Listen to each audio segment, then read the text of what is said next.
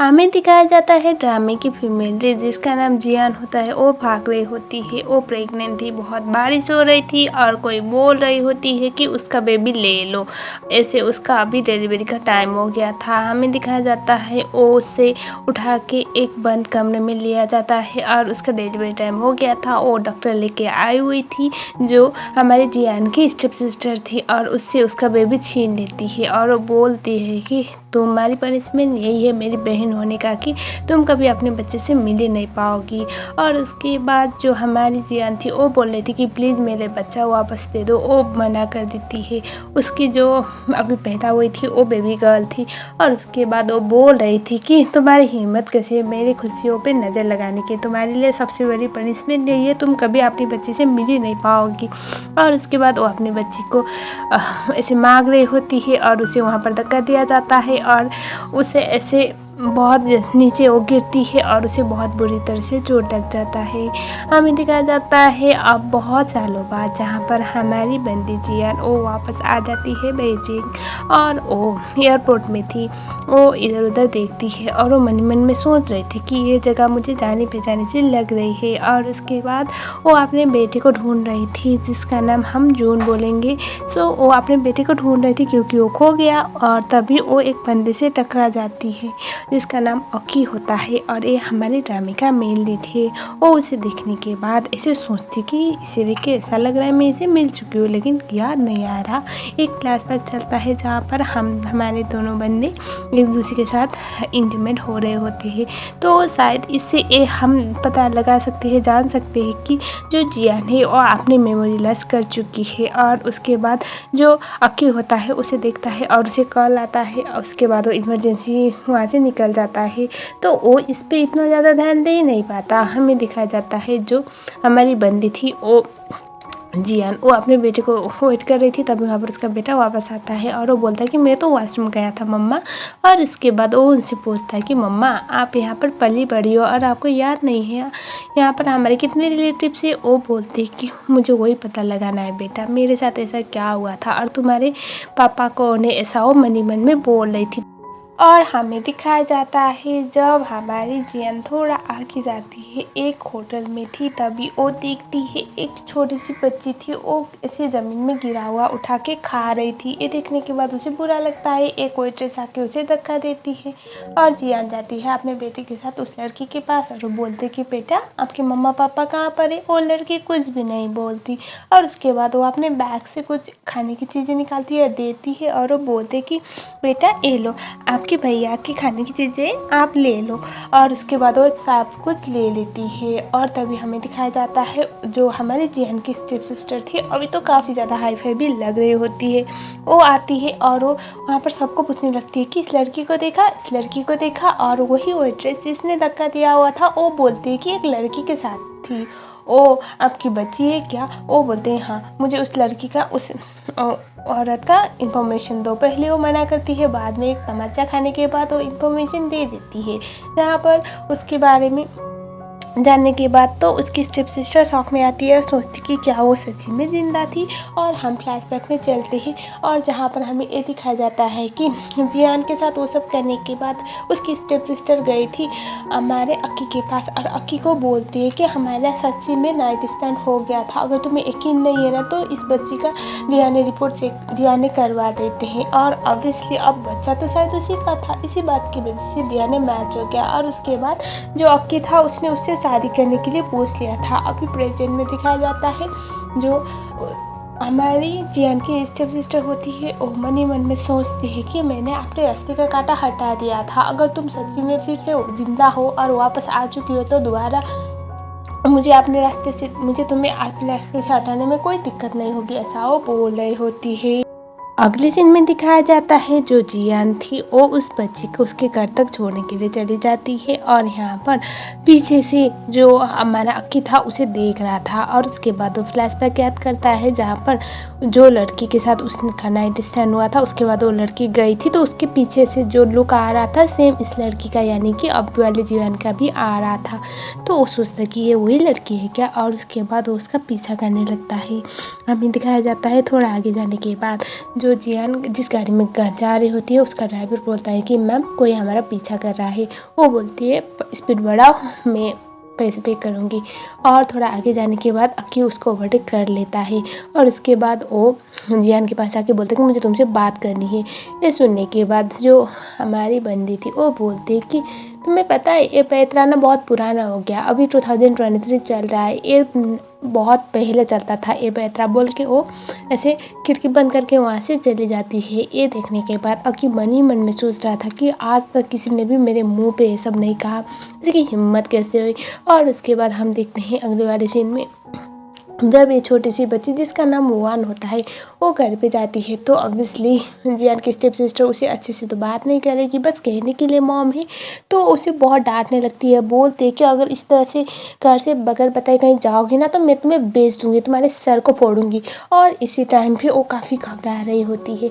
तब वहाँ पर अक्की आता है और वो बोलता है कि किसके साथ फोड़ने की बात हो रही है। सुनने के बाद वो बोलती कि तुम्हें तो पता है ना हमारी इकलौती बेटी है और इसके साथ कुछ भी हुआ तो ये किसी लड़की के साथ आई थी इस घर में, इसीलिए मुझे लगा इसको थोड़ा सा बता दो। वो बोलता है कि मेरी बेटी के साथ अगर कुछ भी बकवास किया या फिर कुछ भी बदतमीजी करने की ट्राई किया ना तो मैं तुम्हारे साथ जो करूँगा ना तुम्हें आइडिया भी नहीं होगा, ऐसा वो बोलता है।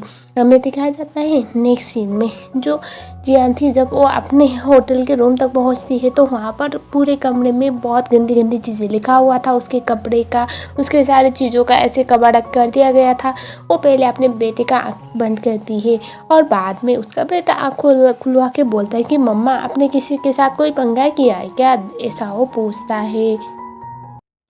जियान चली जाती है अभी होटल पे और वो रिसेप्शन में बोलती है कि ये कारनामे करवाने वाला कौन था। पहले तो वो लोग मना कर रहे होते हैं, वो लोग ये बोल रहे थे कि आपका रूम चेंज करवा दिया जाएगा मैम। ये सुनने के बाद जियान बोलती है कि मैं पैसे दूंगी, मुझे बताओ कौन है। ये सुनने के बाद वो तो पहले मना कर रहे थे लेकिन जियान के पास ढेर सारा पैसा है, वो बहुत बड़ा अमाउंट ऑफर करती है और एक नॉर्मल वहाँ पर एम्प्लॉय के लिए, वेट्रेस के लिए तो वो बहुत बड़ी बात थी, वो दिखा देती है। जहाँ पर ऑब्वियसली उसकी जो स्टेप सिस्टर थी वो वहाँ पर थी और उसके रूम में एंट्री कर रही थी, लेकिन जियान को याद नहीं ये लड़की कौन है एग्जैक्ट। तो उसे ऐसे कुछ फ्लैशबैक याद आ रहे थे जहाँ पर वो प्रेग्नेंट थी और उसके पेट पे लात मारा गया था। उसे ये सब याद करके बहुत ज़्यादा डर लगने लगता है और उसके बाद वो अपने पेट को पकड़ती है, बोलती कि प्लीज़ मत मारो मेरे बेबी को, और वो वहीं पर गिर जाती है। तभी वहाँ पर उसका बेबी आता है और वो बोलता है मम्मा क्या हुआ। वो बोलते बेबी आप ठीक हो ना। वो उसे गले लगाती है। बेटा बोलता है हाँ मम्मा मैं ठीक हूँ। और उसके बाद नेक्स्ट सीन में दिखाया जाता है जो जियान का बेटा था वो सोच रहा था कि किसकी हिम्मत हुई जो मेरे मम्मा के साथ ये सब कर रहा है। उसे ये तो पता चला कि ये होटल ओनर की वाइफ थी जिसने मम्मा के रूम में मतलब अपने रूम में इतने पंगे किए थे। वो सोचता है चलो इनको थोड़ा सा मज़ा तो चखाया जाए और उसके बाद वो अपने कंप्यूटर को ऑन करता है और उसके बाद ऑनलाइन एक वायरस पॉज करके पूरे सिस्टम को क्रैक करवाता है। अगले सीन में दिखाया जाता है जो स्टेप सिस्टर थी वो अभी अक्की को बोल रही थी कि मुझे लगता है युआन के लिए एक सिबलिंग तो चाहिए। और तभी वहाँ पर आता है एम्प्लॉय और बोलता है कि सर हमारे होटल के सारे स्टाफ को सारे जो भी सिक्योरिटी था वो क्रैश हो गया है और किसी ने ऐसे हैक कर लिया, क्या करे सर। और किसी फॉरेन कंपनी को 100 मिलियन देने का वादा भी किया है हमारी होटल के ऐसे ईमेल से। ये सुनने के बाद उसे लगता है कि ये किसकी हिम्मत हुई है सब करने की। और उसके बाद वो ऐसे इन्फॉर्मेशन निकलवाने के लिए बोलता है और उसे पता भी चल जाता है कि ये तो छोटा सा बच्चा है। उसे लग रहा था कोई बहुत बड़ा आदमी होगा, बहुत बड़ा एनिमी होगा। सो हमें दिखाया जाता है जियान वो अपने बेटी को पूछती है क्या हुआ है, वो तुम यहाँ पर क्या कर रहे हो। वो बोलता है कुछ नहीं मम्मा कुछ नहीं। वो अपने फ़ोन पे ऐसे मैसेज देख के स्माइल कर रहा था। और हमें दिखाया जाता है नेक्स्ट डे वाला सीन जहाँ पर जियान ने ऑलरेडी हॉस्पिटल पे अपने बेटे के बालों का सैंपल दिया हुआ था ताकि पापा कौन है ये जानने के लिए। और तभी वो उसका रिपोर्ट लेने के लिए जाने वाली होती है और हमें ये दिखाया जाता है कि जो हमारी जियान थी वो जाने वाली थी, तभी उसे रोका जाता है और उसके बाद अक्की के पास लिया जाता है। और अक्की बोलता है कि तुमने अपने बच्चे की इतनी अच्छी पेरेंटिंग नहीं की कि तुम्हारा बेटा कुछ भी करता फिरता है। ये सुनने के बाद वो बोलती कि तुम ये क्या बकवास कर रहे हो, एक तो तुम अपने होटल में आए हुए लोगों के साथ इस तरह से सलूकी करती हो, तुम्हें आइडिया भी इससे तुम्हारे होटल का क्या रेपुटेशन होगा। ये सुनने के बाद वो उसे बोलता है कि जुबान तुम्हारी बहुत चलती है, लेकिन इतना ना तुमने अक्ल चलाए होते तो आज तुम इतनी बड़ी प्रॉब्लम में ना आती। और उसके बाद वो उसे बोलता है कि तुम्हारे बेटे ने जो कारनामे किए ना उसके लिए मुझे 10 मिलियन पे करो। तभी वहाँ पर आती है स्टेप सिस्टर, वो बोलती कि ये यहाँ पर क्या कर रही है। और उसके बाद वो अपने हस्बैंड एनी की अक्की के पास जाती है और वो बोलते हैं कि देखो मैं युआन की असली मॉम हूँ। ये सुनने के बाद दोनों का रिएक्शन ऐसा था कि ये क्या बोल रही है, क्योंकि दोनों का ही पता नहीं है ना।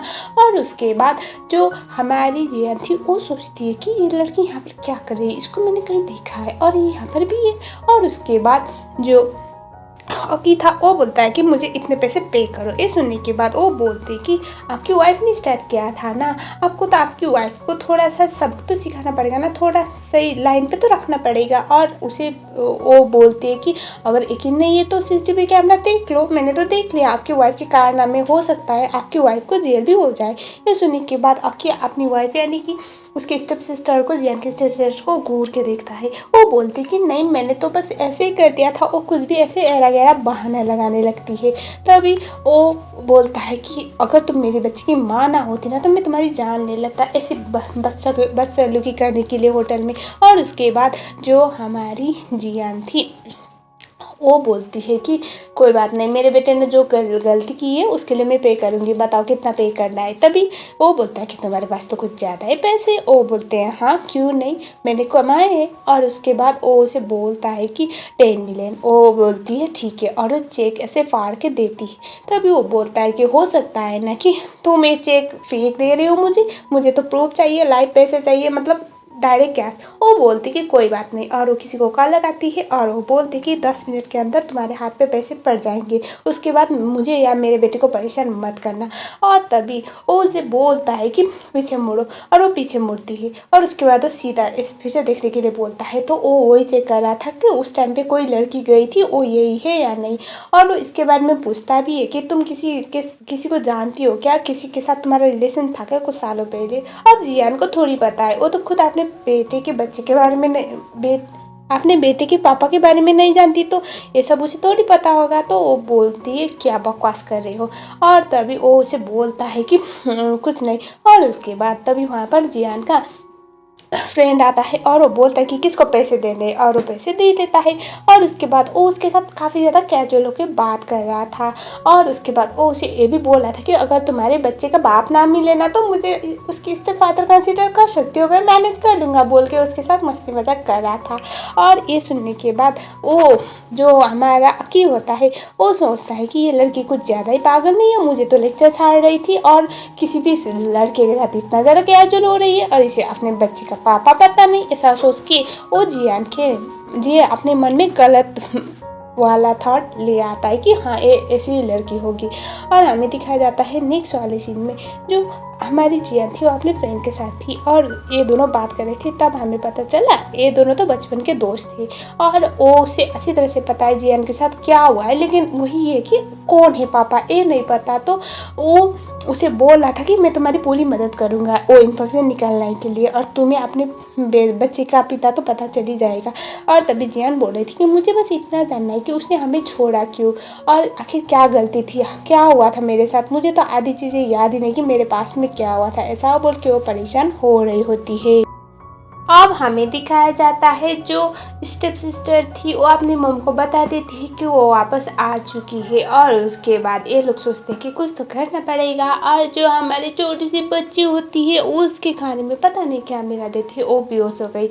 और उसके बाद उसे हॉस्टल पे लाया जाता है, और यहाँ पर जो अकी था वो काफ़ी ज़्यादा परेशान होता है। और अभी हमें ये दिखाया जाता है कि जो अक्की था उसके सामने एक लड़की को लाया जाता है, होटल के एक एम्प्लॉय को, और ये बोला जाता है कि इस लड़की ने मिलाए उसके खाने में। और ये सुनने के बाद वो बोलता है कि किसने बोला था, वो लड़की अभी हमारी जियान का नाम ले लेती है और वो बोलती कि उसने बोला था। ये सुनने के बाद जो अक्की था उसे ऐसा लगता है कि शायद मतलब उसने मुझसे बदला लेने के लिए मेरी बेटी को साथ ये सब किया। उसे बहुत गुस्सा आता है और यहाँ पर वो जाता है सीधा जियान के पास और उसे बोलता है कि तुम एक छोटी सी बच्ची के साथ ऐसा कैसे कर सकती हो। तुम अपनी बच्ची को तो ढंग से रख नहीं पाई, बच्ची को तो, और मेरी बच्ची को हम करने आई हो और उसके साथ कुछ गलत करने की ट्राई करता है। तब यहाँ पर वो उसे एक तमाचा लगाती है, बोलती कि अगर यहाँ से दफ़ा नहीं हुए ना तो मैं पुलिस को बुला लूँगी।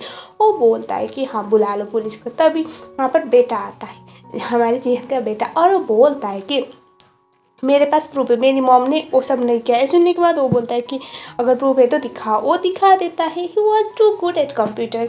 और तभी यहाँ पर कंप्यूटर में सीधा दिखाया जाता है सीसीटीवी कैमरे में कि कौन असलियत में रिस्पॉन्सिबल थी, यानी कि उसकी स्टेप मॉम, उसकी मॉम। और वो ऐसे देखने के बाद खुद तो एक्सपोज हो गई तो अपनी मॉम को फंसा देती है और बोलती कि मुझे पता नहीं था मेरी मॉम ऐसा कुछ कर सकती है, और इस तरह से खुद तो बच जाती है। और हमें ये दिखाया जाता है कि वो उसे बोलता है कि आज के बाद तुम्हारी मॉम इस घर में होनी भी नहीं चाहिए। और तभी हमें ये दिखाया जाता है जो हमारा बेटा था, जियान का बेटा, वो इतना क्यूट था, वो कंप्यूटर में ऐसे काम कर रहा था। तभी आता है हमारा अकी। वो बोलता है कि तुम बस 5 साल के दिख रहे हो और तुम कंप्यूटर में काम करती हो, इतने ज़्यादा इंटेलिजेंट कैसे हो। ये सुनने का वो बोलता है कि मैं एक तो 5 साल कर रही हूँ, मैं 8 साल का हूँ, और दूसरी बात ऐसा क्या है कि मतलब उम्र छोटे होने से हम कुछ कर नहीं सकती है, मुझे अपनी मम्मा को सपोर्ट करने के लिए सब कुछ करना पड़ता है, मैं एक रिस्पॉन्सिबल चाइल्ड हूँ। ये सुनने के बाद वो बोलता है कि तुम्हारी मम्मा मतलब इतनी ज़्यादा कमज़ोर है, तुम्हारे पापा कहाँ पर है, पापा भी तो तुम्हारी मम्मा को सपोर्ट करते होंगे। ये सुनने के बाद वो उससे बोलता है कि मेरे पापा नहीं, पता नहीं कहाँ गए। और उसके बाद वो उसे बोलता है कि लेकिन आप जो मेरे साथ बकवास कर रहे हैं ना, इससे पहले एक काम करो, जाओ मेरी मम्मा से सॉरी बोलो, मेरे मम्मा को आपने हर्ट किया। ये सुनने के बाद वो बाहर निकलता है और वो जियान को लेके बाहर आता है और वो बोलता है कि आई एम सॉरी। ये सुनने के बाद जियान बोलता है कि क्या, वाह आप इतने बड़े होटल ओनर हो और आपको सॉरी बोलना भी आता है। वो सुनने के बाद वो बोलता है कि सीरियसली सॉरी, मुझे नहीं पता था, गलतफहमी हो गई थी। ये सुनने के बाद वो बोलते हैं कि आपके आंखों में मुझे वो गिल्ट नज़र नहीं आ रहा जो आपने मेरे साथ किया, बगैर कोई रीज़न मुझ पर ऐसे ब्लेम किया। मैं सिंगल मदर हूँ, इसका मतलब ये नहीं कि मुझे पेरेंटिंग करनी नहीं आती। मैंने अपने बेटे को ना बहुत अच्छे से पाल पोस के बड़ा किया है, बहुत अच्छी पेरेंटिंग की है जो शायद आपकी बेटी को नहीं कर पाए। आप मुझे सॉरी बोलने से अच्छा ये है कि आप अपनी बेटी के लिए ना अच्छी इन्वायरमेंट बनाइए, और जो आपकी वाइफ तो नहीं कर पा रही, मैं देख रही, ऐसा वो बोल देती है। ये सुनने का तो उसे बोलता है कि आई एम सॉरी, एक काम करो ना, तुम भी मुझे मारो। और वो ऐसे उसका हाथ अपने गले पे लेके बोला था कि एक काम करो, गला दबा दो, और थोड़ा ज़्यादा दबाना ताकि मेरे अंदर जो गिल्ट है ना वो कम हो जाए और तुम भी अपना गुस्सा निकाल पाओ। ये सुनने के बाद वो बोलती कि ठीक है मैं दबा रही हूँ। तभी वहाँ पर आती है स्टेप सिस्टर। वो बोलती कि क्या करूँ मेरे हस्बैंड के साथ। तभी वो उसे धक्का देता है और वो बोलता है कि ये इसके और मेरे बीच की बात है। तभी जो हमारी जियान होती है वो बोलते हैं कि तुम दोनों आपस में निपटो, और वहाँ से निकल जाती है। और तभी जो स्टेप सिस्टर थी वो बोल रही थी कि मैं युआन की असली मॉम हूँ, तुम मेरे साथ ऐसा कैसे कर सकती हो। वो उसका गला दबा के बोलता है कि पता है इतने सालों में मैंने एक चीज़ देखी हुई है, तुम मेरी बेटी की माँ बनने के लायक तो बिल्कुल भी नहीं हो। अब मुझे नहीं पता तुम मेरी बेटी की माँ कैसे हो, लेकिन अगर तुम्हारी हरकत नहीं सुधरी और तुम्हारी हरकत ऐसी रहती रही ना तो मैं माइंड नहीं करूँगा उसके लिए नई मॉम ढूंढने में, ऐसा वो बोलता है। और उसके बाद वो बोलता है कि और जियान उसके लिए परफेक्ट कैंडिडेट है। ये सुनने के बाद वो बोले थे कि तुम ऐसा कैसे कर सकते हो मेरे साथ। वो बोलता है कि मैं कुछ भी कर सकता हूँ अगर तुम मेरा दिमाग घुमाने लगोगी और मेरी बेटी के साथ कोई भी ऐसी हरकतें करेंगे तुम्हारे खानदान वाले, बोल के वहाँ से वो निकल जाता है। तभी हमें ये दिखाया जाता है जो अकी था उसे कॉल आता है उसके अंकल का, और वो बोल रहा था कि जल्दी से आ जाओ। और उसके बाद वो हॉस्पिटल पे चला जाता है। उसका अंकल जिसका नाम हान होता है वो बोल रहा था कि मैं पापा बनने वाला हूँ। ये सुनने के बाद वो बोलता है कि क्या तुम्हारी वाइफ है, तुमने तो बताया ही नहीं। ये सुनने के बाद वो बोलता है कि मुझे भी अभी पता चला। ये सुनने के बाद वो बोलता है कि ये क्या बात हुई कि मतलब वाइफ है, बेबी होने वाला है, पता ही नहीं तुम्हें। वो बोलता है कि कुछ मिसअंडरस्टैंडिंग हो गया था। और तभी वो वहाँ पर हमारी जियान और उसका बेटा आते हैं। ये देखने के बाद ऑक्यूज लाइक ये दोनों यहाँ पर क्या कर रहे हैं। और तभी जो अंकल था हान वो बोलता है कि फाइनली तुम दोनों मुझे मिल गए, ये मेरी वाइफ है और ये मेरा बच्चा है। ये सुनने के बाद जो अक्की था उसके तो एक्सप्रेशन अलग ही थे। ऐसा लगा था कि उसके चेहरे से उसका रंग ही उड़ गया। वो मन ही मन में सोचता कि ऐसे कैसे हो सकता है। और तभी हमारी जो जियान थी वो भी कंफ्यूज थी। वो बोलता है कि हम सॉरी, मैंने तुम दोनों को छोड़ा और तुम दोनों को मेरी वजह से इतना कुछ झेलना पड़ा। और वो उसे गले लगाता है और हमारी जियान बिल्कुल कंफर्टेबल नहीं थी। और जब भी जो हान अपने बेटे को ऐसे बोल रहा था कि प्लीज़ मेरे पास आ जाओ मेरा बच्चा, बोल के वो उसे बिल्कुल भी कुछ रिस्पॉन्ड नहीं करता। वो बोलता है कि आपने मुझे और मम्मा को क्यों छोड़ा। वो बोलता है कि मेरे पास भी उसके सवाल का जवाब नहीं है, लेकिन हम इसका मतलब एक रीस्टार्ट कर सकते हैं नई तरह से, ऐसा वो बोलता है। तभी जो हमारी बंदी थी वो बोलती है कि मुझे थोड़ा वक्त चाहिए। वो बोलता है हाँ कोई बात नहीं, तुम टाइम ले लो। और उसके बाद वो लोग वहाँ से चले जाते हैं। हमें दिखाया जाता है जो अक्की था वो ऐसे रेस्टोरेंट में बैठा हुआ था और वो हमारी जियान को याद कर रहा था। और वो याद कर रहा था कि उसकी बेटी के साथ वो कितनी ज़्यादा अच्छी है।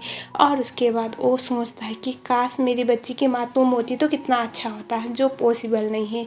और उसके बाद हमें अगले सीन में दिखाया जाता है जो जियान थी वो चली जाती है मिलने के लिए हान से। और हान बोला था कि तुम मेरे घर पे शिफ्ट कब हो रहे हो। वो बोलती है कि ज़रूरी है क्या। तभी वो बोलता है कि हाँ। वो उसे पूछती है कि तुमने मुझे छोड़ा क्यों था। वो बोलता है मुझे वही समझ में नहीं आ रहा है कि तुम अचानक से उस दिन क्यों चली गई थी मुझे छोड़ के, मुझे पता ही नहीं चला तुम कहाँ गई, मैंने ढूंढने की बहुत ट्राई किया। ये सुनने के बाद वो उसे बोलती है कि मेरा मेमोरी लॉस हो गया था और मुझे याद ही नहीं उस कुछ सालों पहले क्या क्या हुआ था। और इवन मुझे तो अपने बेबी के फादर के बारे में कुछ पता नहीं था, मैं यही पता लगाने के लिए यहाँ पर आई थी।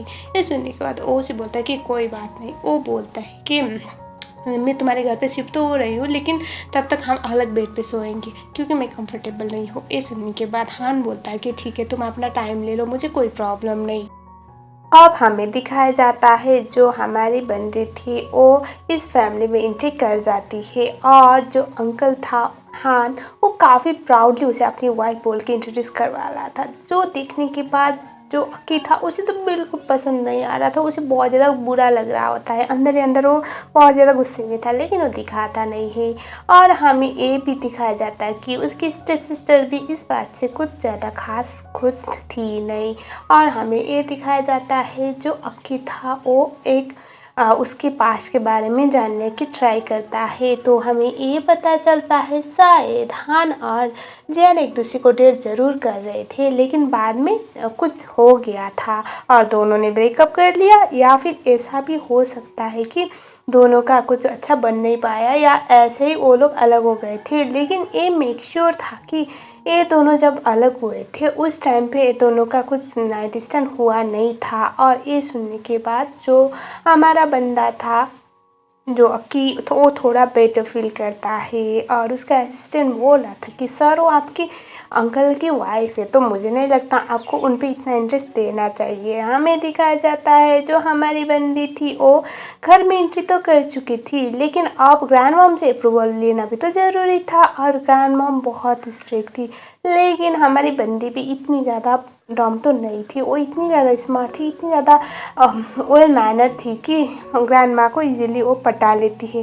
वो कमरे में चली जाती है ग्रैंड माँ के साथ, वहाँ पर एक सांप था, उस सांप को वो फेंकती है। और ग्रैंड माँ बोलती कि तुम्हें डर नहीं लगा क्या। वो बोलती है मुझे पता है ग्रैंड माँ, आप मेरा बस टेस्ट ले रही थी और ये टॉक्सिक नहीं था। ये सुनने के बाद वो काफ़ी खुश होती है और इस तरह से हमारी बंदी को एक्सेप्टेंस मिल गया।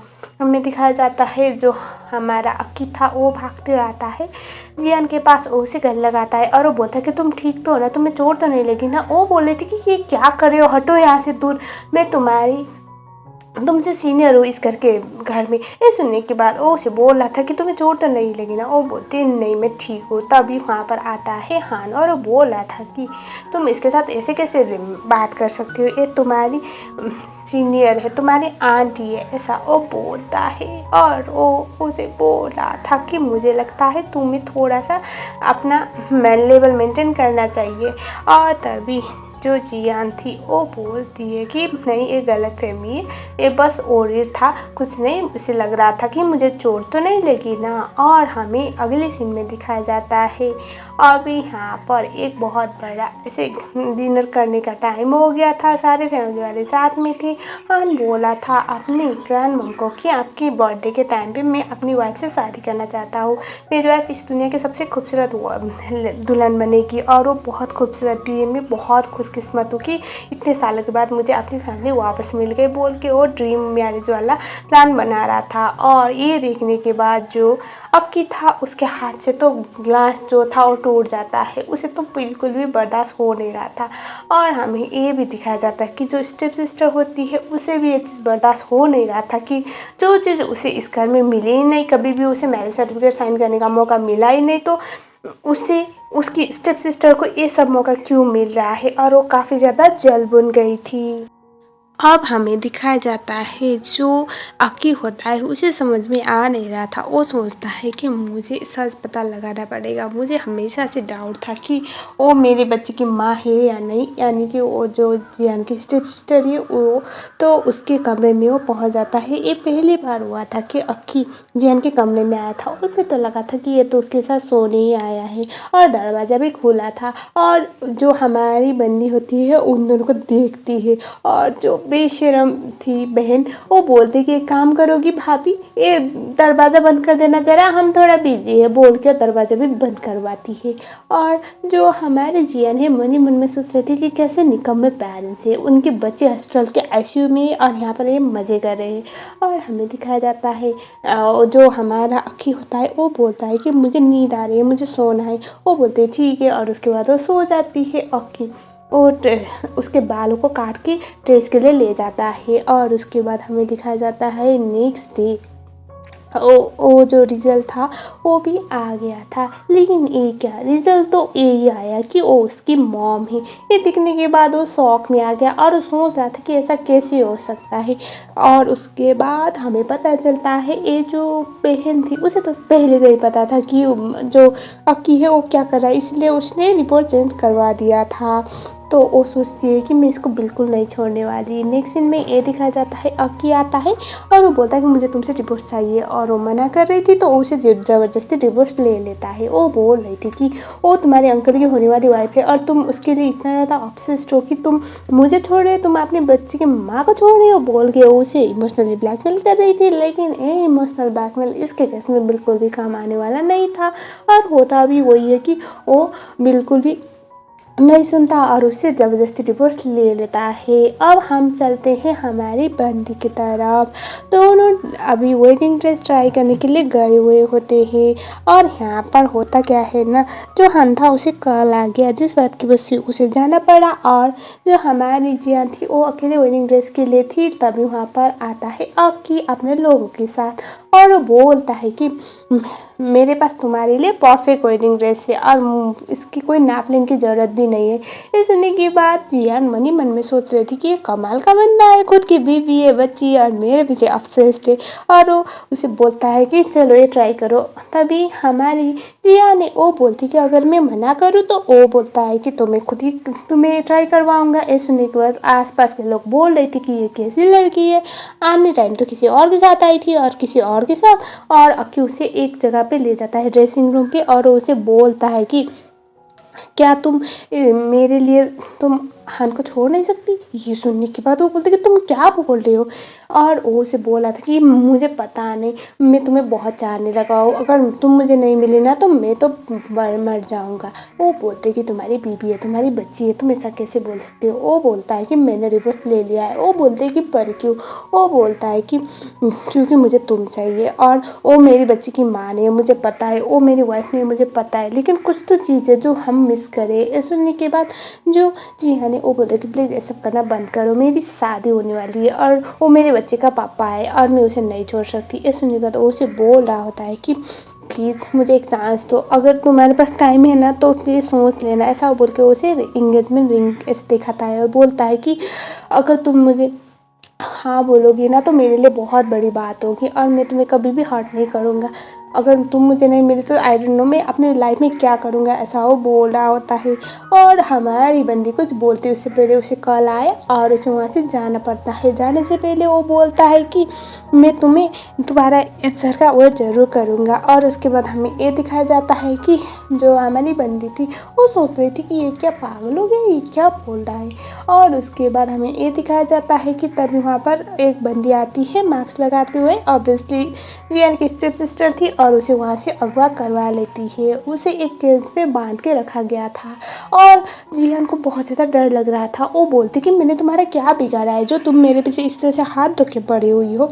तभी वो उसे बोलती कि मैंने ही तो तुम्हारा सब कुछ बिगाड़ा है और तुम फिर से वापस आ गई मुझसे पिटने। और उसके बाद वो उसे बोलता है कि तुम्हें सच्ची में याद नहीं कि मैं कौन हूँ, तुम्हारी लाइफ में मेरी क्या रोल थी। तभी जियान बोल रही थी कि तुम कौन हो। वो बोलती कि ये लात याद है, ये मेरे पैर, इसने तुम्हारे पैर पे लात मारा था। और उसे कुछ फ्लैशबैक याद आ रहे थे और वो काफ़ी घबरा जाती है और बोल रही थी कि उस टाइम पे तो मैंने तुम्हें भगा दिया था अपने लाइफ से, लेकिन तुम इतने ढीठ हो कि तुम तो मरी नहीं, तो मुझे वापस आना पड़ेगा ना अपना हक वापस लाने के लिए, ऐसा वो बोलती है। और वो बोलती है यहाँ पर मैंने 10 मर्दों को बुक किया हुआ है तुम्हारे साथ जो भी करना है करने के लिए, तो मुझे नहीं लगता 10 मर्दों के साथ तुम टाइम स्पेंड करने के बाद कुछ करने लायक बचोगी, ऐसा वो बोलती है। और उसके बाद सच्ची में यहाँ पर एक्शन भी स्टार्ट होता है, लेकिन यहाँ पर कुछ एक बंदा जियान को हाथ लगाता उससे पहले वहाँ पर अकी आ पहुँचता है। हमें दिखाया जाता है जो जियान थी उसे अकी बचा तो लेता है, लेकिन बाद में जो स्टेप सिस्टर थी वो उसके सर पे मारती है और बोलते है कि अगर तुम मेरे नहीं हुए तो किसी और के होने में नहीं दूंगी। और उसके बाद सीन यहीं पर कट हो जाता है। और उसके थोड़ी देर बाद हमें ये दिखाया जाता है कि वो तो भाग चुकी थी क्योंकि पुलिस आ गया था। और हमें हान को दिखाया जाता है। हान पहले तो हमारे जियान की तरफ देखता है और उसे बोल रहा था कि तुम ठीक हो, और वो तो बेहोश थी। उसे अपना कोट उड़ा देता है और उसके बाद वो अपने कजिन की तरह देखते हुए बोलता है, मतलब अपने नेफ्यू की तरह, और वो बोलता है कि जो चीज़ मैं चाहता हूँ ना उसे मैं अपना बना कर ही रहता हूँ। और उसके बाद हमें ये दिखाया जाता है कुछ देर बाद हमारी बंदी की आँखें खुल गई थी, लेकिन वो जो हान था वो झूठ बोलता था कि मैंने तुम्हारी जान बचाई है। ये सुनने के बाद वो थोड़ा खुश भी थी, थोड़ा अपसेट भी थी। वो उसे बोलता है कि परसों हमारी शादी है, तुम्हें क्या लगता है कि हमारी शादी को पोस्टपोन करना चाहिए, मतलब अगर तुम कंफर्टेबल नहीं हो तो। वो बोलते कोई बात नहीं। और उसके बाद हम सीधा आप शादी वाले दिन पे पहुंचते हैं जहाँ पर जियान को बिल्कुल भी अच्छा लग नहीं रहा था, लेकिन वो अपने बच्चों के लिए मजबूर थी। और हमें ये दिखाया जाता है कि जो जियान थी वो ऑलमोस्ट शादी कंप्लीट होता इससे पहले हमारा अकी इतने हीरो की तरह एंट्री लेता है और उसके बाद सबके सामने बोलता है कि मैं तुमसे बहुत प्यार करता हूँ, अगर तुम अभी भी मेरे साथ आना चाहती हो तो मैं इस सारी दुनिया को छोड़ दूंगा तुम्हारे लिए, क्या तुम मुझे एक चांस दो। कि सब लोग उसे गालियाँ दे रहे थे कि अपने अंकल की होने वाली वाइफ के साथ ऐसा कैसे बोल सकता है कोई, लेकिन हमारे बंदे को कुछ पड़ी नहीं थी। और अंकल जो था हाँ वो भी बोल रहा था कि तुम इतने बड़े निकम्मे कैसे हो सकती हो, तुम अपनी आंटी को ऐसा बोलोगे। तभी जो हमारी जियान थी वो उसका हाथ छोड़ती है और उसके बाद हमारे बंदे के साथ वो निकल जाती है। तो फाइनली दोनों साथ में तो आ गए थे और हम बाहर आने के बाद एक दूसरे को ये लोग गले लगाते हैं। और उसके बाद वो उसे बोलती है कि तुमने इतना लेट क्यों किया आने के लिए, पता है मैं कितना डर गई थी, मेरी शादी हो जाती तो क्या होता। ये सुनने के बाद जो अकी था वो बोलता है कि तुम्हें क्या लगता है मैं तुम्हें किसी और का होने देता। वो बोलती है कि हाँ वो तो सच बात है, मैं मान चुकी हूँ। और उसके बाद हमें ये दिखाया जाता है कि जो अकी था वो उसे बोलता है कि तुमने वो ड्रेस क्यों नहीं पहना जो मैंने तुम्हारे लिए चूज किया था। तभी हमारी जो जियान थी वो बोलती कि वो तो हमारी शादी में पहनूंगी ना। तो वो बोलते कि अच्छा लाइफ में कितनी बार शादी करने का प्लान है। वो सुनने के बाद वो स्माइल करती है और वो से बोलती कि फाइनली तुम और मैं साथ हो गए और मैं बहुत खुश हूँ। वो बोलता है कि मैं तुम्हारे बेटे को भी अपने बेटे की तरह प्यार करूँगा, मुझे फ़र्क नहीं पड़ता कुछ भी हो। और उसके बाद तभी एक गाड़ी आके उससे टक्कर मारती है। ऐसे गाड़ी तो दोनों को टक्कर मारने वाली थी, लेकिन जो अकी था वो जियान को बचा लेता है और खुद पूरी तरह से जख्मी होता है। जियान को तो कुछ समझ में आ नहीं रहा था, लेकिन वो भी थोड़ी जख्मी हो गई थी तो उसे अब जाके सारे फ्लैशबैक आने लगे। सो उसकी स्टेप सिस्टर ने जो भी किया उसे वो भी याद आ रहा था और प्लस वो भी याद आ जाता है कि उसका नाइट स्पेंड किसके साथ हुआ था, यानी कि अकी के साथ। और वो बहुत रोने लगती है और बोलती है कि मुझे इतने टाइम लगा लेकिन मुझे सच पता चल गया, प्लीज़ उठो ना हमारे बच्चों के लिए, हमारे 2 बच्चे, तुम्हें पता है तुम मेरे बच्चे के भी पापा हो बोल के बहुत खुश थी, बहुत इमोशनल थी। हमें हॉस्पिटल में दिखाया जाता है जो जियान थी बहुत रो रही होती है और यहाँ पर तो अलग ही माहौल था, बेचारा उसका ट्रीटमेंट चल रहा होता है। और यहाँ पर जो स्टेप सिस्टर थी आके फिर से मेलोड्रामा करने लगती है। कुछ दिन तक ऐसे ही चलता है। यहाँ पर थोड़ा रोना धोना और जियान हर टाइम अक्की के आसपास होती है। और अभी स्टेप सिस्टर यहाँ पर ग्रैंड माँ को लेके ये बोलती है कि ये लड़की देखो मेरे पति को सीरियस कर रही है, ब्ला ब्ला ब्ला। ये सुनने के बाद उसे बड़ा गुस्सा आता है और वो बोलती कि क्या बात है, जैसे तुम्हें पता है मुझे सब कुछ याद आ गया। सिस्टर सिस्टर को लग रहा था कि कैसे याद आ सकता है। वो बोलते कि तुमने इतना कुछ किया ना मेरे बच्चों के लिए, तुमने 5 साल तक मेरी बच्ची को पाला, थैंक यू सो मच। अब उसकी माँ आ गई है तो अब तुम्हें ये सब करने की ज़रूरत नहीं। ग्रैंड माँ बोलते कि ये क्या बोल रहे हो तुम। तभी जो जियान थी वो बोलती कि मैं आपको डीएनए रिपोर्ट चेक करवा के दे दूँगी। और उसके बाद वो अपनी बच्ची के साथ डीएनए टेस्ट करवाती है और वहीं की वहीं अभी डीएनए का सच पता चल जाता है। और उसके बाद हमें दिखाया जाता है वो बोलती कि नहीं नहीं ये झूठ है। और तभी वो बोलती कि पता है तुम्हें, तुमने जो हरकत की थी ना उसका इफ़ेक्ट इतना बुरा पड़ा कि मेरी बच्ची डम हो गई, वो बोल नहीं सकती। लेकिन मैंने डिसाइड किया है एक माँ के साथ ना कभी कोई किसी को पंगा लेना नहीं चाहिए। तुमने तो ले लिया, तुम्हें पनिशमेंट भी मिलनी चाहिए। एक काम करती हूँ मैं भी तुम्हें डम करवा देती हूँ, तुम भी बोल नहीं पाओगे, आज के बाद तुम्हारा जुबान नहीं खुलेगा। और वो एक मेडिसिन पिलाती है, बोलते कि ये पीने के बाद अब तुम कुछ बोल ही नहीं पाओगी, पूरी लाइफ गूंगी बनोगी। वो बोलती कि नहीं नहीं मैं गलत थी, आई एम सॉरी ग्रैंड माँ, इसे बोलिए ना मुझे ये सब ना पिलाए, मुझे इसकी मेडिसिन दे दे, मैं ऐसे गूंगी बनना नहीं चाहती, बोलती है। और अपने सारे कारनामे खोल देती है, जिस बात की वजह से ग्रैंड माँ को भी पता चल गया कि असल में क्या बात थी। और उसके बाद उसका तो चैप्टर इस तरह से क्लोज हो गया कि पुलिस वाले आते हैं। और उसके बाद जो जियान थी वो बोलती कि तुमने जो मेरे साथ किया, मेरे बच्चों के साथ किया, तुम्हारी वजह से 3 लाइफ तबाह हो गई और हम 4 फैमिली को ऐसे अलग किया तुमने, तो तुम्हें तो इससे बड़ी सज़ा मिलनी चाहिए, बोल के उसे पकड़वा देती है। और उसके बाद जो जियान थी वो बहुत ज़्यादा परेशान थी। वो अपने घर आती है और वहाँ पर एक लेटर था जो अक्की ने लिखा हुआ था। और वहाँ पर वो लेटर खोलती है, लेटर में ऐसे ऐसे वर्ड्स थे जो देखने के बाद उससे रोना आ गया। अक्की ने लेटर में ये लिखा हुआ था कि मुझे नहीं पता ये सही है या गलत, मेरी एक बीवी है और मेरी एक बच्ची भी है, लेकिन मुझे फ़र्क नहीं पड़ता। जिस दिन मैंने पहली बार तुम्हें वहाँ पर देखा था एयरपोर्ट पे, तो मुझे लव एट फर्स्ट साइट हो गया था तुमसे। मैं तुम्हारे आसपास रहना चाहता था, मैं तुम्हें पाना चाहता हूँ, पता नहीं क्यों मुझे बस तुम्हारे आसपास रहना है। तुम अगर आसपास होती हो ना तो भी मुझे एक अलग सुकून महसूस होती है। अब मुझे गलत मत समझना, इसको पता नहीं लोग क्या बोलेंगे, लेकिन मुझे ऐसा लगता है कि तुम्हारा और मेरा कुछ रिश्ता है, कुछ पिछले जन्म का रिश्ता है और मैं तुम्हें पाने के लिए कुछ भी कर सकता हूँ।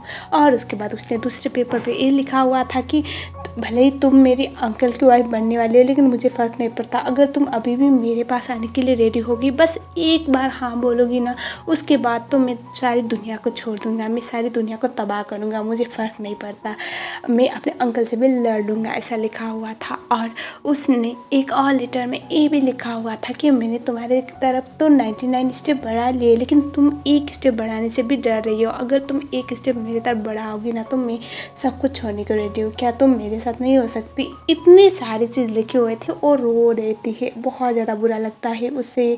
और उसके बाद वो हमारे अक्की के पास जाती है और उसके बाद वो काफ़ी ज़्यादा ऐसे इमोशनल हो रही थी और वो बोल रही थी कि प्लीज़ उड़ जाओ ना। तो असल में बात क्या थी ना, अब हमें बस इसकी बातों से पता चलता है कि अक्की और जियान एक दूसरे को बहुत चाहते थे, लेकिन उसने कभी भी जियान को अपने घर में इंट्रोड्यूस नहीं करवाया, इसीलिए ग्रैंड मॉम को कभी भी पता नहीं चला कि कोई उसकी गर्लफ्रेंड है।